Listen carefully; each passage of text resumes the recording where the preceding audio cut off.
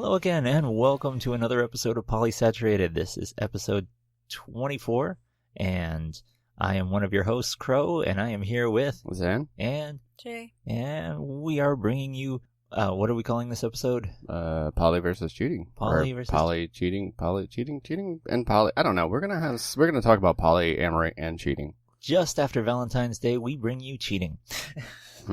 Well, I think like after Valentine's Day, it's like one of the highest ratings of breakups. Figure. Mm-hmm. Yeah. But before we get started, our last episode was a special dedicated episode to our son John.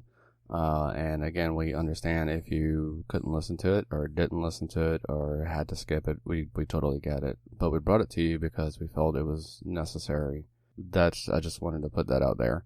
On another note, one of our amazing listeners and friends, Cassie, signed us up for this thing called Atlas Coffee Club, where we get a coffee of the month.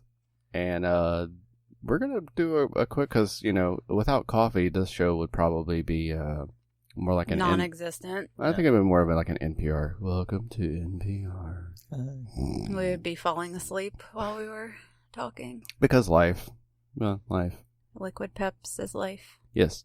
And so Atlas Coffee Club, she signs up for a script, which is like fucking amazing. It was a surprise. It was awesome. Yep. Because we loves coffee. So this coffee today is from Papua New Guinea. Is that right? Is that how you say it? Papua New Guinea? Papua New Guinea. Okay. It's a medium roast.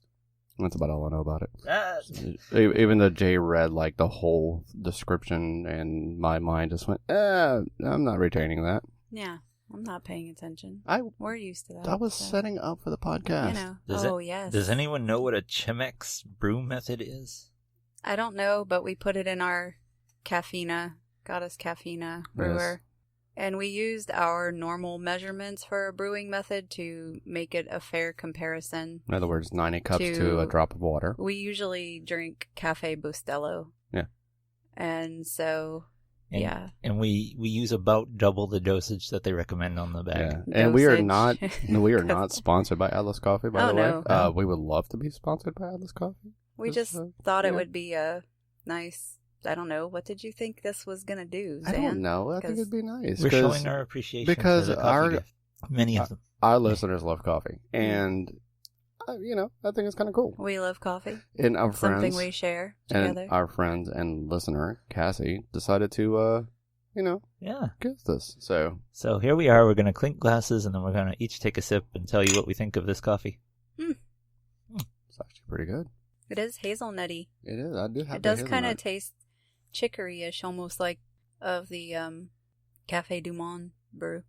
You see, one thing that our listeners should know about Jay is the fact that she is one of those super tasters. She can take a dish or a drink or anything. Oh yeah, that's this, and this. Oh, what's that little tiny speck of spice? Oh yeah, that's this. I'm like, I taste food.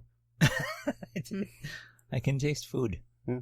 But it's pretty good. And this I do have the bourbon. Coffee. The aftertaste is actually the bourbon.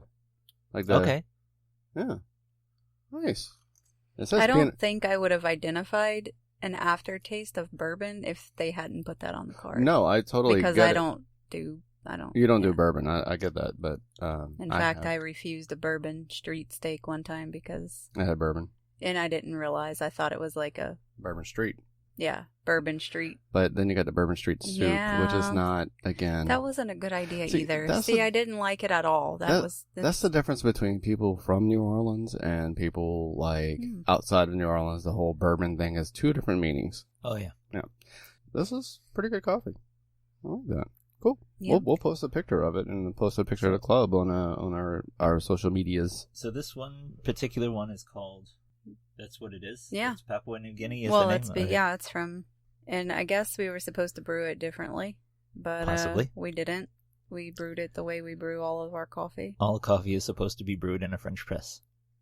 Yeah. No. Apparently. That is how coffee is supposed to be done. No. But we don't have a French press. Nobody got time for that. Well, we have a French press. It's just we use it for tea. Yeah. Because, Anyway. So, poly and cheating.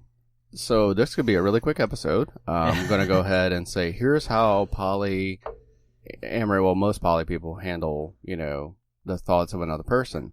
Hey, Crow, hey, Jay, I'm interested in somebody. Mm. And there's a word that we use. It starts with a C. Is it, Yeah. No, we don't know. Yeah. Communicate? Oh. Communication. We talk about it. Yep. We Take a talk about sip. it. Whatever you get. Yeah. We're double fisting our coffee today. Yeah. Yeah. We stayed up until 3 a.m. the night before, Yep. and we are experiencing the illusion of being awake right now. Mhm. Yeah, pretty much. So. Isn't that a normal state of existence, though? The illusion of being awake? Oh, we're not getting Everything into. Are we ever actually awake? I don't know if we're gonna get into that conversation today.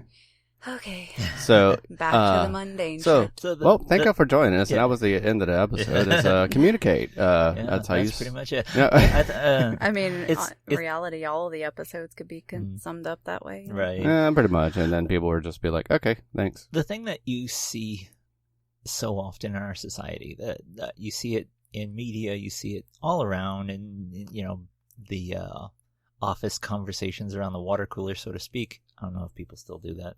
Ours is down the hall, so we don't do it. We have Keurigs.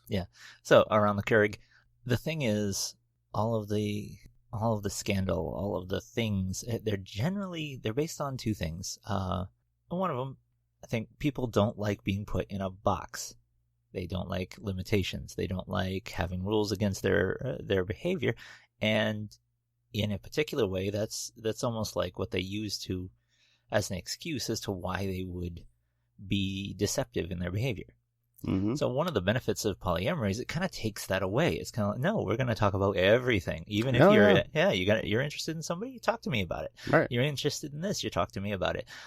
We can talk about these things, and I'm not going to choke you out just because you brought it up. It also goes into people feeling secure. Mm-hmm. It also goes into people feeling like they don't have to own a person body and soul in order to have a relationship with them. One of the books we read started off with like a little anecdote, kind of a what if scenario. It gave a kind of a what if scenario, and that was, imagine you're on a morning breakfast meetup with your best friend, and your best friend, you sit down, you get, so what'd you do this last week?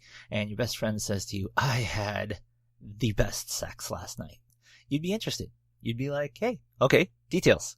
You brought it up. You're like, hey. Spill the tea. Right. And all Give me that the stuff. deets. With who was this? Yeah. And all that stuff. And now flip it a bit. Now you're on a first date with somebody. So, what'd you do this last week? And the person says, I had the best sex last night. And suddenly, the whole feeling is different. And most people feel that initial kind of, hey, wait. How long have we been planning this date for? Mm. And it's kind of strange when you think about it. Like you owned that person's time. Somehow, because you arranged a date, you feel like you owned that person's time, attention, and even faithfulness right up until that moment. And it almost, there's this spike of jealousy that goes into most people's minds of, wait a minute, I thought you and me. Oh, I guess this isn't serious.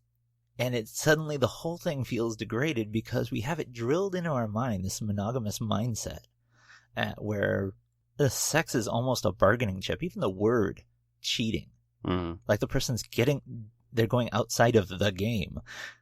It's a mindset that they owe you their bodily autonomy. They owe you all of their attention, all of their everything, and it's a zero-sum game. Where if anything they take away from that table is less, that means you'll get less, and you'll have less of them. It's a finite thing. Right. There are people who look at a polycule like ours, and they will look poorly at me and Zan for sharing. We share this woman here. I will not share my toothbrush or my razor. Well, those are personal items. This is a wife. That is a fairly good point because she is a person. Mm-hmm. Yeah. Mm-hmm. So and nobody owned me but me. Right. And they might, but on the flip side of that, they might look poorly on Jay because she can't be faithful to one person. Right. Well, she can be faithful to two people. Right. She can be faithful to three. Yep. She's one of the most faithful people I know. Mm-hmm. So it's one of those things where polyamorous people have a particular mindset. And then there's monogamous people who have a particular mindset. And then there's cheaters. Yeah. and the crazy part is that a cheater is a cheater. Okay, plain and simple. We have heard cheating in polycules. Oh, yeah. And it's just like, but why? Because you have every opportunity to bring this up. You have Right. every opportunity to say this to these people, and communication lines have to be open in a polycule more so than in a monogamous relationship. The idea that you had to sneak Mm-hmm. just literally blows the mind. Like, how? Like, why? Why would you do this? It's unnecessary in a polycule. And now, not to be mistaken, that you, depending on how your polycule is set up, and depending on what kind of, I hate to use the word rules, but Structure. Yeah, there you go, structure. Even then, though. But if your polycule has a thing where it's like us, we're a closed polycule. Now, if you have an open polycule where you have, hey, look, you can do whatever, cool, whatever. That's how it works. But like with us, we're a closed polycule. If somebody has something, we talk about it, we discuss it and stuff like that. It's not an open door policy, so to speak, because our polycule, it's a family dynamic. We like how we are, and it's not saying that things can't change or things won't change, but as now, it is what it is. Mm-hmm. I think a lot of people are actually, I don't know if addicted is the right word, but they buy into and they really just kind of like being that person that skirts the rules. And they kind of get their kicks off on that, where somebody would be like, how in the world could you be cheating if you're in a polyamorous relationship? Well, that totally happens. Oh, yeah. Because said person has decided to forego whatever communication or structure that's been set in place for communicating to do these things, to go behind your back, to whatever. Or maybe it's that they know this person disapproves of their pursuing of the other person, so they do it on the DL because they don't want the awkward and whatever conversations, so you have to sit down and figure out those types of situations too, because they are going to happen. Mm-hmm. Where somebody just kind of doesn't approve of one of your people that you're pursuing. So then what happens? Do you just go behind their back, or do you stop pursuing, or do you look it over and just allow that person to make the decision for themselves? Which, I'm saying allow, but yeah. I think everybody knows what I mean. Step back and just kind of step back and let them do what they want to do. But honestly, if you value each other's opinions at all, you should definitely take into account any sort of red flags that your partner is trying to warn you about a person before you go off. Running behind their back and doing it with not permission, but not without permission, but without them being comfortable with it. Because not only then is that likely to end poorly. Wait, are you saying being deceptive means, things might not end well? Basically, not only is it going to end poorly, probably, you're also going to lose credibility and trust with your partner. So there will be a lot of repairing and possible disintegration of your relationships with them.